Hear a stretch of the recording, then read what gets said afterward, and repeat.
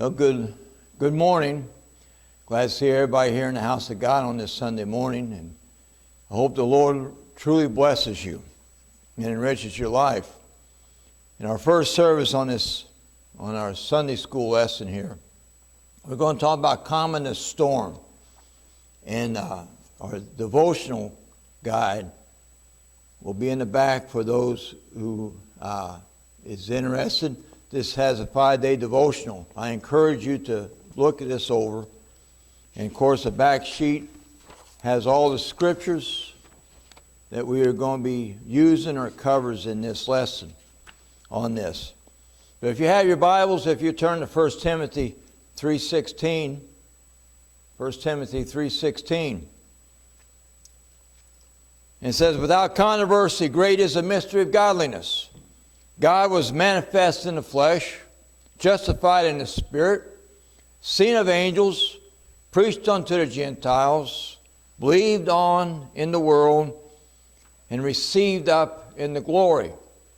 Again, I want to talk about calming the storm.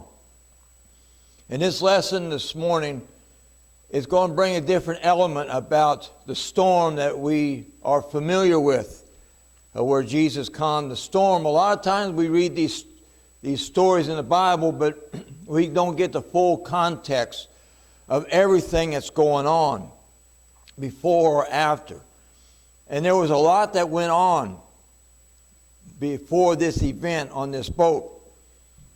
Aside from the narrative of the Passion during the crucifixion, no account gives so complete an itinerary of a single day in Jesus' life as the Gospels give on the day leading up to Jesus calming the stormy sea.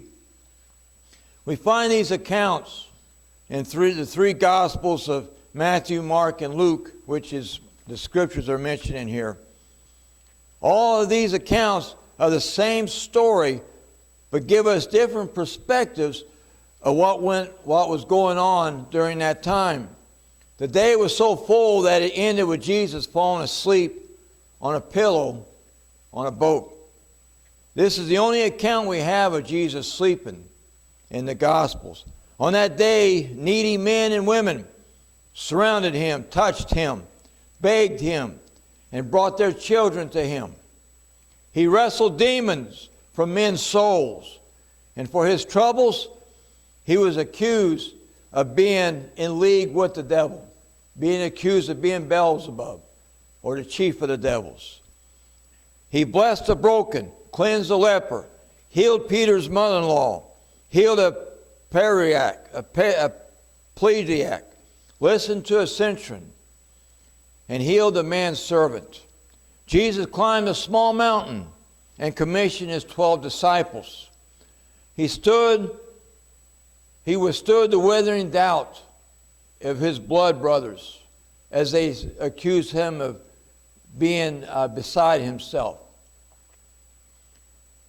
Before he had ever sailed upon the sea that evening, he had already spent the day in the deep of humanity, a sea of people, waves of diseases, and tests of enemies, and thousands of hands reaching out to him, clawing at him, sapping his body of strength, one desperate request at a time. That's all. He was consumed with that. And that takes energy out of you. That takes a lot of energy out of you.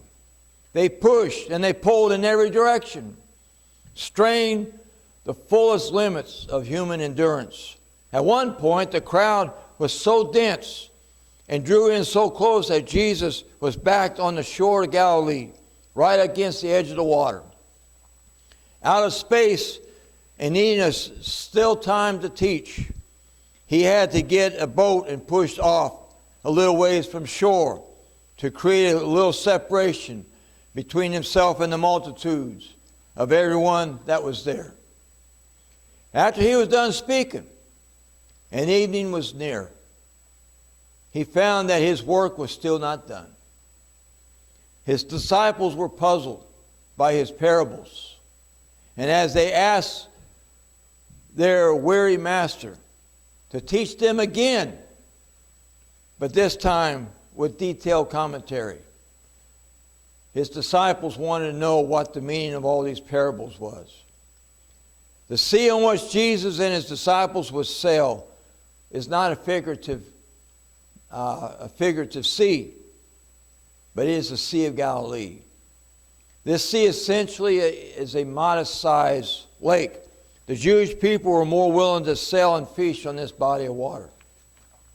But although the Sea of Galilee is a lake, snow-cooled winds from nearby Mount Hermon frequently rolls in onto the lake and clashes with the dry, warmer winds coming from the Jordanian desert. Much like our hurricane seasons that we have, they really ramp up in August and September, and we get a lot of bad hurricanes in October because the cold weather from the north hits the warm weather coming up from the south, right there in the Gulf or right there in the Caribbean or somewhere off the coast of Africa, and they start producing these hurricanes because of this cold and air mixture. The result is a violent windstorm on the Sea of Galilee.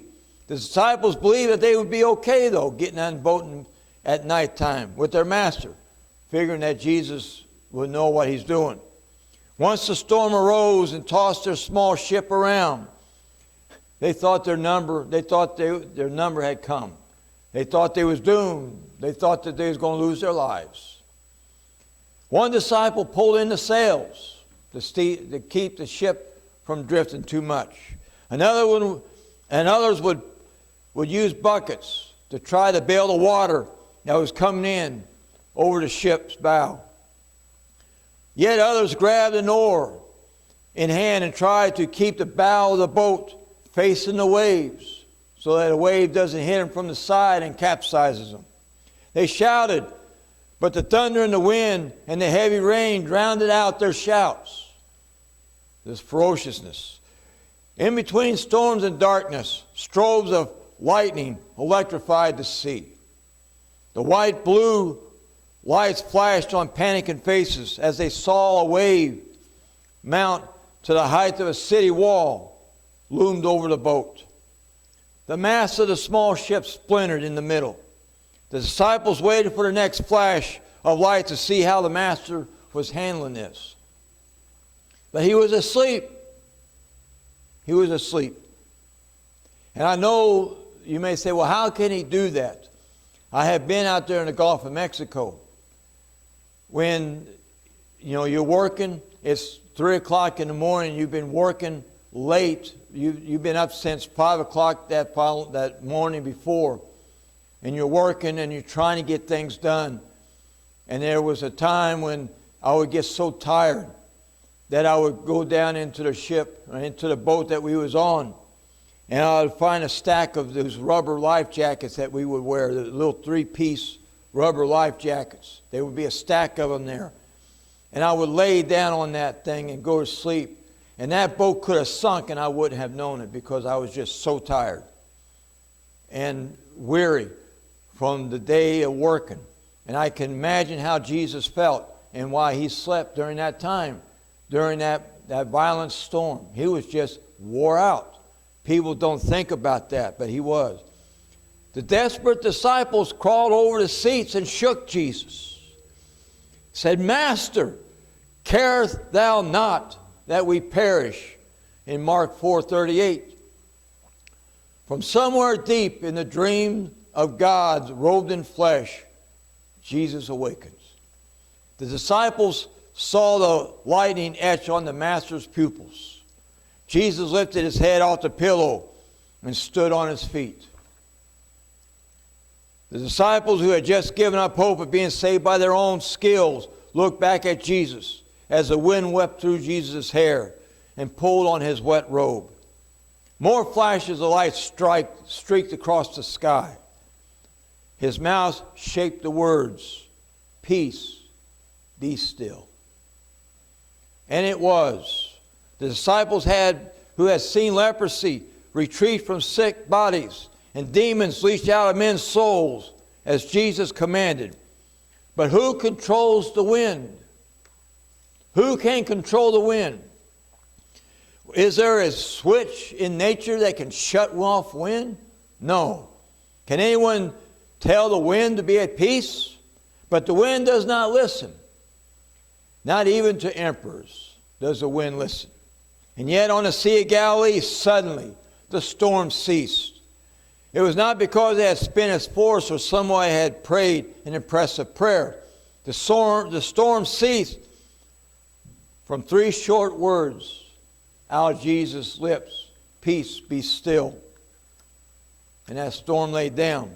The lightning thundered, and the wind lost their amplitude. Moments earlier, waves threatened the men, but now those self-same waves now tumbled prostrated before the Lord as they cradled the boat in kindness. The disciples' eyes turned back to the Master. Their mouths fell agape.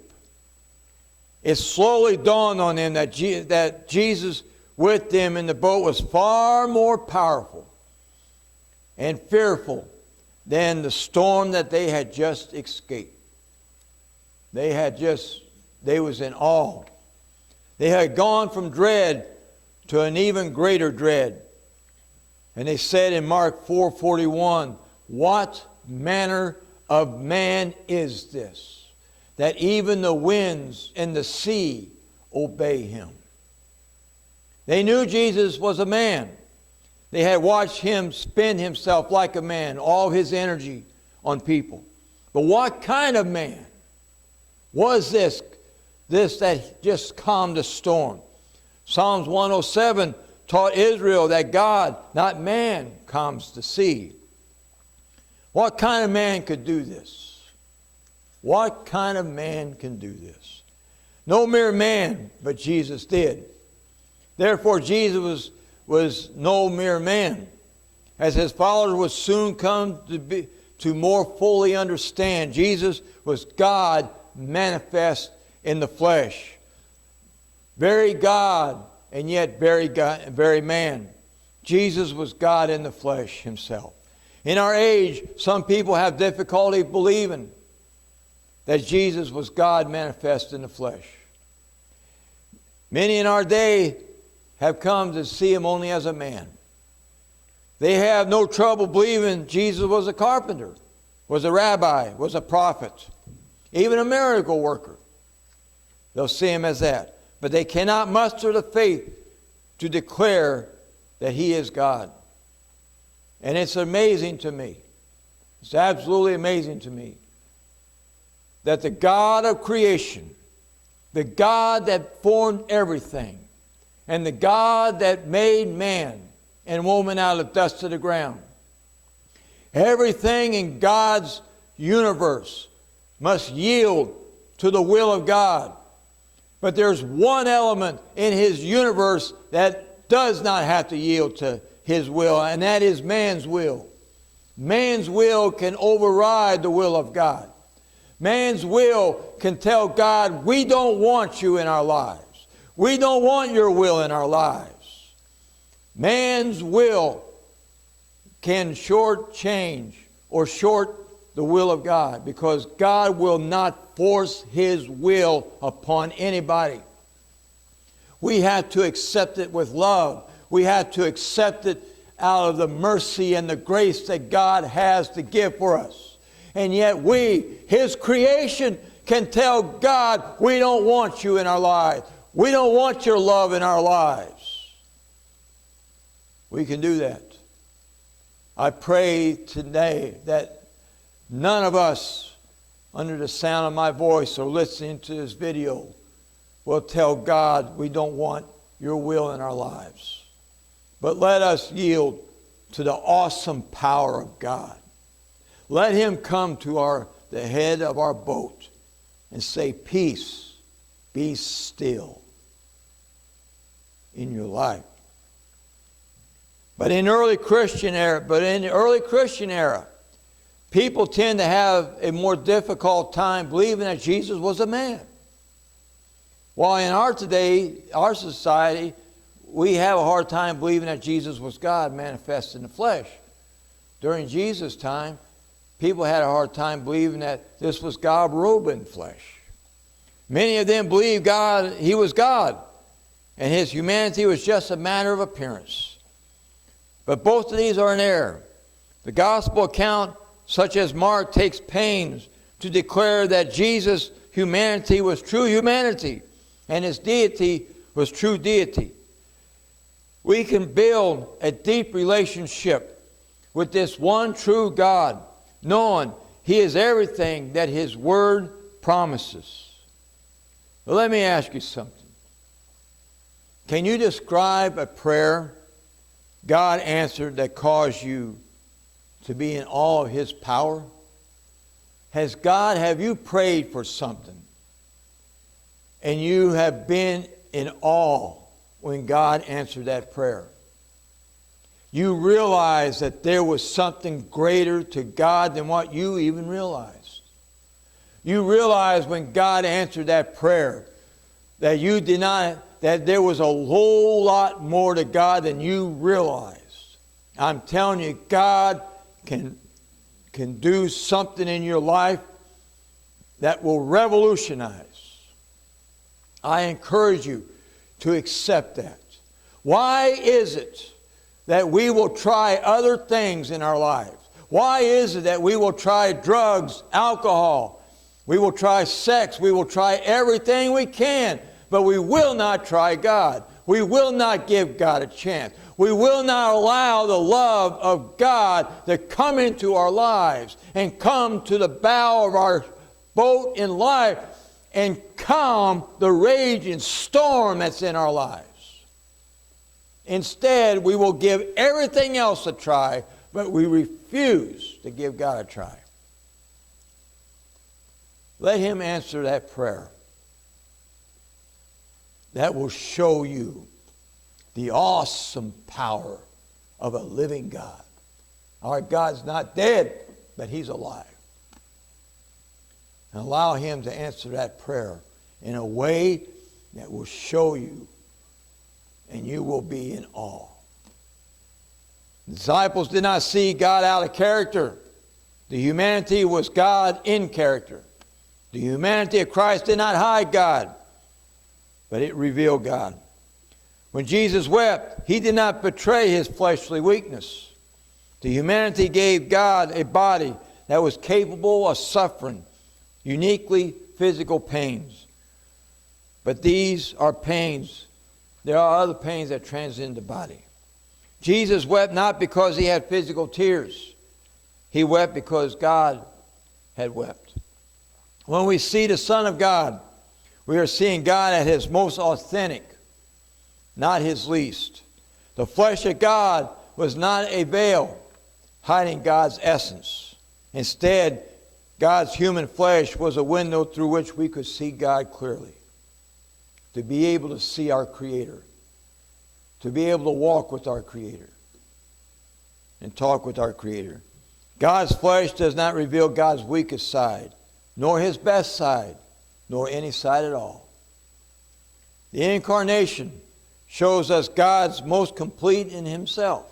In Hebrews 1:2 says, hath in the last days spoken unto us by his Son, whom he hath appointed heir of all things, by whom also he made the worlds.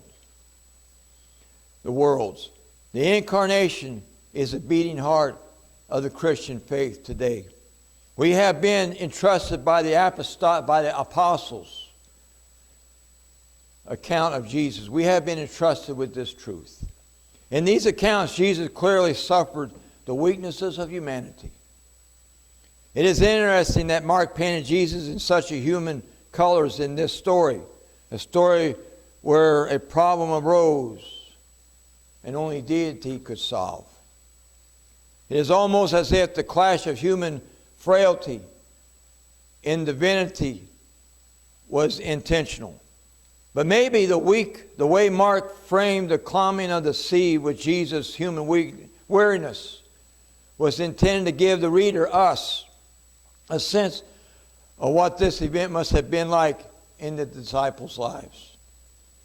They had seen Jesus asleep on a boat, and they had faced a mighty tempest, a power beyond human reckoning. And what could what could a man that just watched fall asleep from exhaustion do? Yes, he had performed many miracles earlier in the day, but prophets long ago had performed similar miracles. Elijah, Elisha. But never had a man held the reins of a wild sea. We look back on the disciples with awe. How could they have missed it?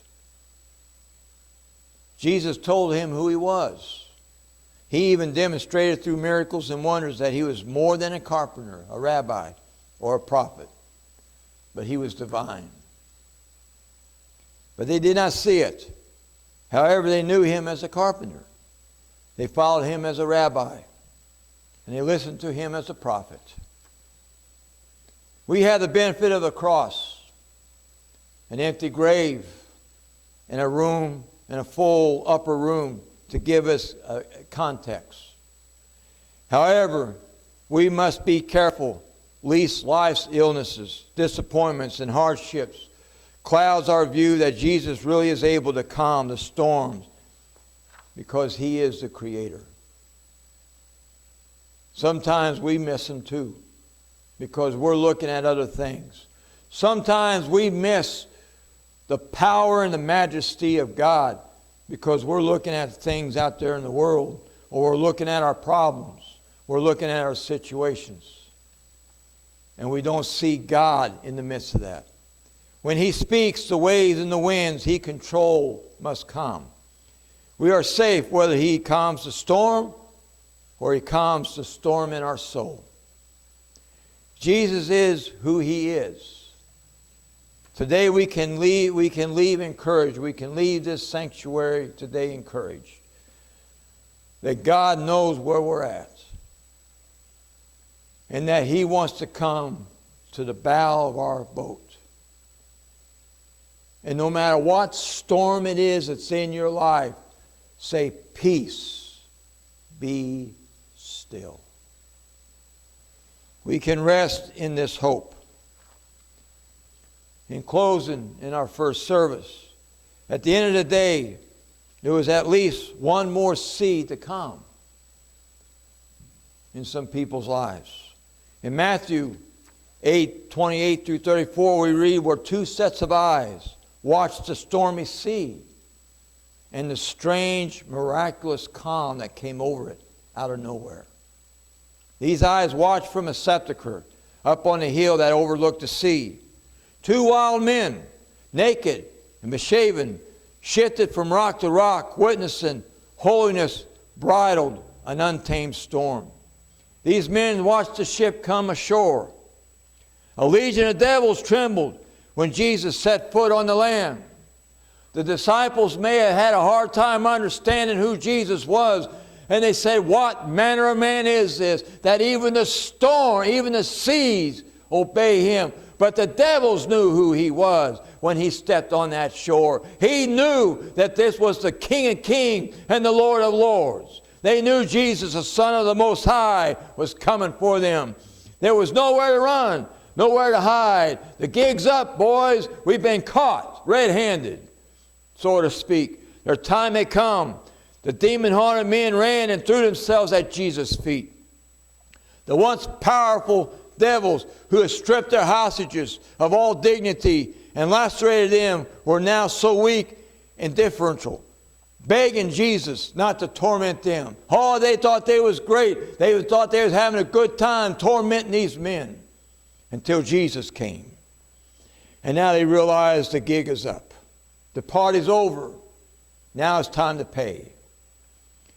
What have we to do with thee, Jesus, thou Son of God?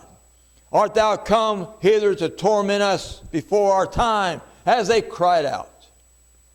If he did not grant that request for surrender, they had begged him not to send them completely out of the country. They had no question as to what manner of man this was. They knew who this was. They didn't need the comment of a sea to realize that this was God. They all knew even more than Jesus, than what Jesus' own disciples knew. God, that Jesus was God and man, more dreadful and terrible than any storm upon the sea, more blessed than any cherubim of cherubim in heaven. With the word, Jesus sent them into a herd of swine and set their prisoners free. Jesus wants to do that today. He wants to set you free. He wants to calm the storm. I am telling you, there is no alcohol that is stronger than Jesus calming that raging sea in your life. There's no drugs that can take the place of Jesus coming in and calming the raging sea that's in your life. He can bond back marriages. He can bring mothers and fathers back together and bond the family back together. He can give you peace, but you got to let him. And it's an amazing thing that those men that had those legion of demons, when Jesus cast them out, he cast them into a herd of swine, and they ran violently down the hill into the Sea of Galilee. Sometimes we're living with things that even animals couldn't live with, and we live with them. But in closing, I want to just ask you these two questions, and then we'll break for between our next service. First question is, are there any God-sized storms in your life that only God can calm? Is there any of you here under the sound of my voice or listening to this video, is there any storm in your life that you have not allowed God to calm? That you have not allowed God to come in and say those three words, peace, be still? I encourage you to give him that opportunity today.